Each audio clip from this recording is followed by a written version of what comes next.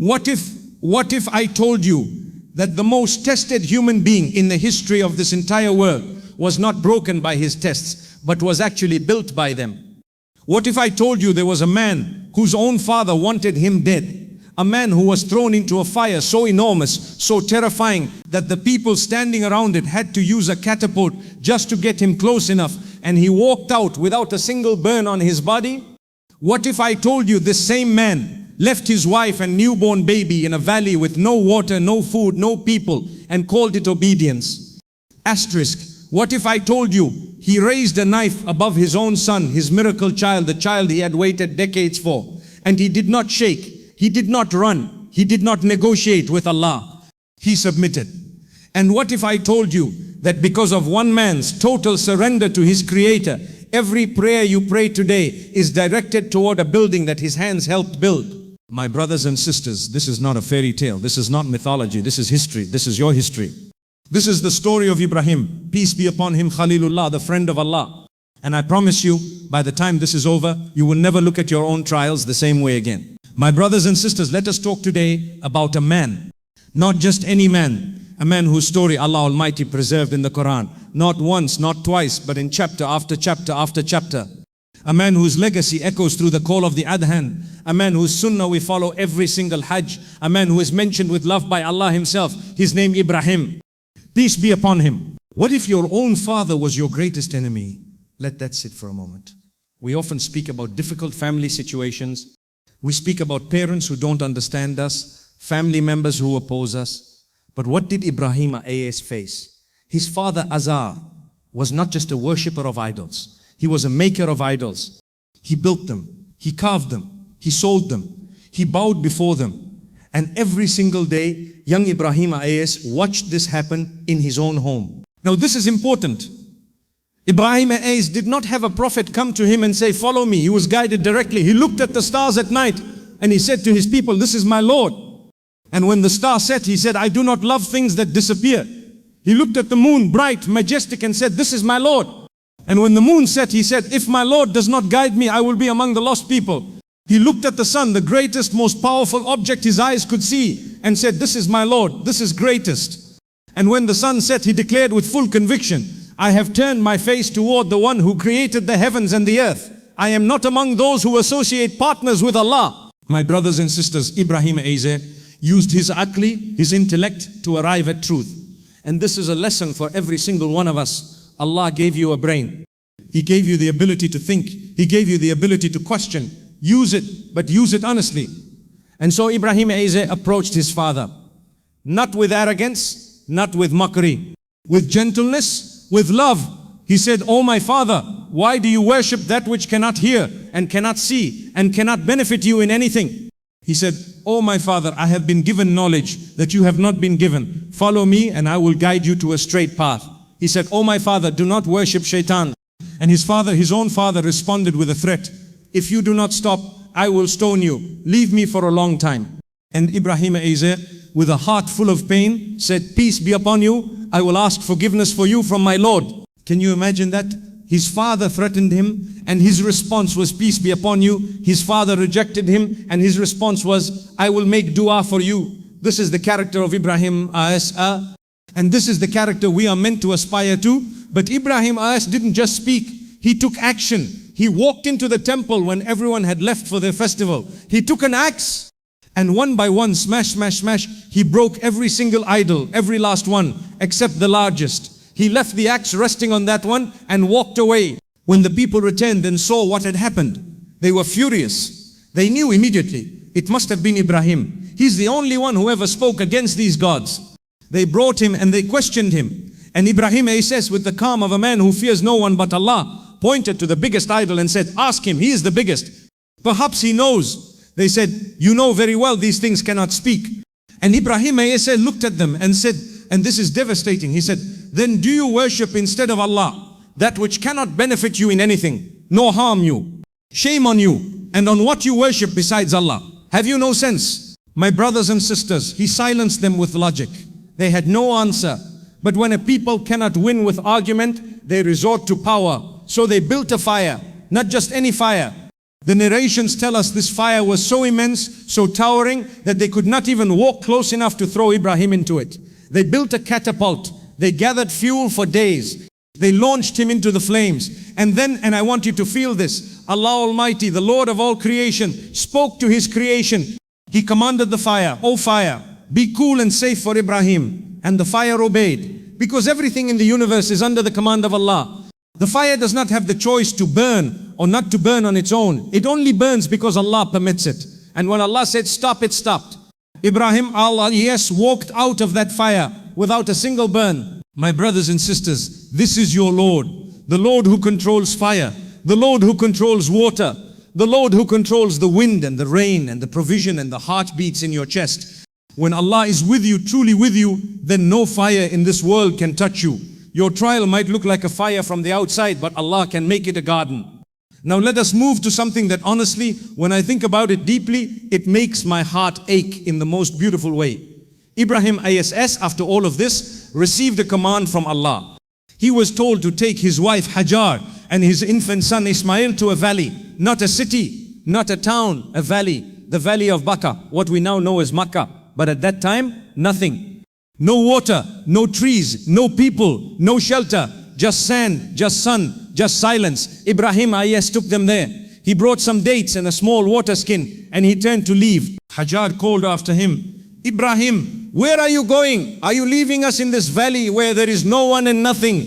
He kept walking. She called again, "Ibrahim." He didn't turn around, not because he didn't love her, but because he was following the command of Allah, and the tears he held back would have been too much to bear. She asked one final question, and this single question changed everything. She asked, "Did Allah command you to do this?" He turned, he nodded, and he said, "Yes." And Hajar said, "And write this on the walls of your heart." She said, "Then Allah will not abandon us." She turned back toward that empty valley holding her infant son. No complaints, no breakdown, no negotiation, pure, absolute, living tawakkul. And Ibrahim says, walked until he could no longer see them. And then alone, he raised his hands and made one of the most powerful du'as in the entire Quran. "Our Lord, I have settled some of my descendants in a valley without cultivation near your sacred house, our Lord, that they may establish prayer.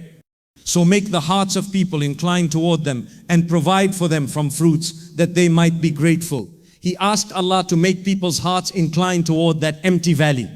And today, 14 centuries after the Prophet Muhammad say, millions of people from every single country on the face of this earth travel to that valley every single year, from America, from Australia, from China, from Nigeria, from Pakistan, from every corner of creation. Their hearts are pulled there. The dua of Ibrahim says is being answered right now in real time every single year. And Hajar, what happened to her? She ran out of water. Baby Ismail was crying, dehydrated, desperate. She ran between the hills of Safa and Marwa 7 times searching for water. And when all human effort was exhausted, when she had done everything she could possibly do, water burst from the earth beneath the feet of her infant son, Zamzam, the well that has been flowing for thousands of years without ever running dry. My brothers and sisters, the lesson here is staggering. When you have done everything you can, when you have exhausted every option, when you are running between your own Safa and Marwa, do not give up. Because sometimes Allah is waiting for your last drop of effort before He opens the doors of His mercy. Now we come to the trial that, in my humble opinion, is the most staggering test in all of prophetic history.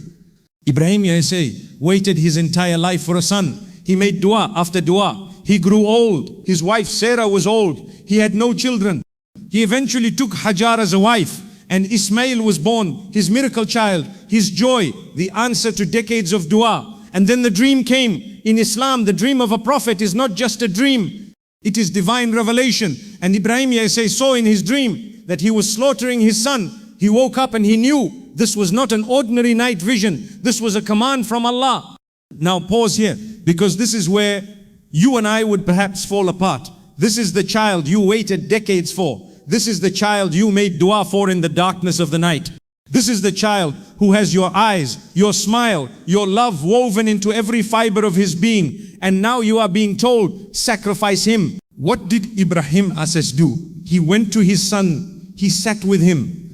And with the honesty and the dignity that only a prophet carries, he told him, "O my son, I have seen in a dream that I am slaughtering you. So tell me what you think." Notice he asked his son's view, not to seek permission, not to find a way out, but out of love, out of respect, out of the relationship between a father and a son who both belong first and foremost to Allah. And Ismail, this young boy, this child who had been left in a desert as an infant, who had grown up understanding what it means to trust Allah. Ismail looked at his father and said, "O my father, do what you are commanded. You will find me, if Allah wills, among the patient." Father and son, both submitted, both surrendered, both walking toward the mountain of sacrifice with willing hearts and tearful eyes and unshakable faith. Ibrahim laid his son down, he raised the knife. And in that moment, that razor-thin moment between obedience and agony, Allah called out, "O Ibrahim, you have fulfilled the vision. Indeed, we thus reward the doers of good." A ram was sent from paradise as a substitute for Ismail. And Allah declared Ibrahim to have passed the test. He called it in the Quran al-Bala al-Mubain, the clear trial, the manifest test. My brothers and sisters, every single year on the day of al-Adha, Muslims around the world slaughter animals in memory of this moment. The qurbani you make, the sacrifice you give, it is a living echo of the moment when one man chose Allah over everything else he held dear. And this brings us to the building, the Kaaba. After all of this, after the fire, after the desert, after the near sacrifice, Allah commanded Ibrahim and his son Ismail subhanahu wa ta'ala to raise the foundations of the Kaaba. Two men, no technology, no engineers, no architects in the modern sense, just hands and hearts and stones and sincerity. And as they built, as the walls rose, they made dua. Not dua for fame, not dua for recognition, not dua for reward in this world. They said, "Our Lord, accept this from us. Indeed, you are the hearing, the knowing. Accept this from us." They were building the most important building in the history of the world, and they were afraid it might not be accepted. This is the humility of Ibrahim. He never felt entitled. He never felt that because of all his sacrifices, Allah owed him acceptance. He asked, he begged, he remained humble. And then they made another dua. And this dua, my brothers and sisters, is why you and I are sitting here today. They said, "Our Lord, raise up from among their descendants a messenger who will recite to them your verses and teach them the book and wisdom and purify them." Ibrahim was making dua for the Prophet Muhammad centuries before his birth. And Allah answered that dua. Muhammad Sayyid, who came from the lineage of Ibrahim through Ismail, was that messenger. He came to the very city that Ibrahim and Hajar built from nothing. He stood at the very Kaaba that Ibrahim and Ismail raised with their hands. Every connection in your deen, every thread in the fabric of Islam leads back to Ibrahim. And this is why Allah gave him the title that no other human being before or after received in the same way. Khalilullah, the intimate friend of Allah. This title did not come because Ibrahim had an easy life. It came because he had an obedient heart. Because every time Allah said jump, Ibrahim did not ask how high. He simply leaped. Every time Allah said leave, he left. Every time Allah said sacrifice, he sacrificed. There was no crossroads in Ibrahim's life where he chose himself over Allah. Not once, not ever.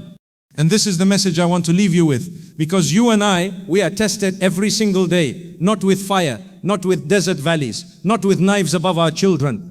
But we are tested with financial difficulties, with broken relationships, with illness, with doubt, with loneliness, with the feeling that Allah has forgotten you. He hasn't. He never forgets. Ibrahim was in the fire, but Allah had already spoken to the fire before it could harm him.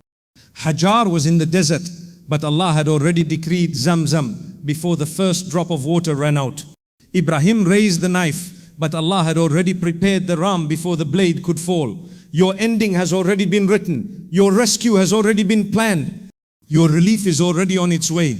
The only question is, will you hold on long enough to receive it? Will you trust the way Hajar trusted? Will you submit the way Ibrahim submitted? Will you say with your whole heart, then Allah will not abandon us? Ibrahim was one man. He faced fire, he faced exile, he faced loneliness, he faced the ultimate sacrifice. And he came through every single one of those tests because he was connected to the one who never fails. Be connected, stay connected. And know with absolute certainty that your Lord is the same Lord who was with Ibrahim in the fire. He is with you in your fire too. My brothers and sisters, the story of Ibrahim ASS is not ancient history sitting in the pages of a book. It is alive. It breathes. It speaks to every human heart in every era. His tests were real. His pain was real. His tears were real. But his faith, his unbreakable, unshakable, unapologetic faith was more real than all of it combined. We live in a world today that tells you to question everything, your religion, your values, your submission to Allah. We live in a world that tells you that sacrifice is weakness and surrender is defeat. But Ibrahim AS proved with his life that the most powerful position a human being can occupy is on their knees before the Creator of the universe. That the most liberating thing you can ever do is say, I submit. He was thrown into a fire and the fire became a garden. He left his family in a desert and that desert became the most visited city on earth. He raised a knife above his beloved son and that moment became the foundation of an annual act of worship that billions observe to this day. He built a simple structure with his bare hands and that structure became the spiritual center of the entire world. What Allah does with your obedience is beyond your imagination. What Allah can build from your sacrifice is beyond your calculation. And what Allah has planned for those who trust Him is beyond anything this world can offer. So the next time life throws a fire at you, remember Ibrahim. The next time you feel alone and abandoned in your desert, remember Hajar. The next time you are asked to give up something you love for the sake of Allah, remember Ismail. And the next time you place your forehead on the ground in sujood, remember that the building you are facing was raised by the hands of a man who chose Allah over everything. May Allah make us among those who take lessons from the lives of His prophets. May Allah grant us the tawakkul of Hajar, the patience of Ismail, and even a fraction, just a single fraction of the faith of Ibrahim. Peace be upon him. Ameen.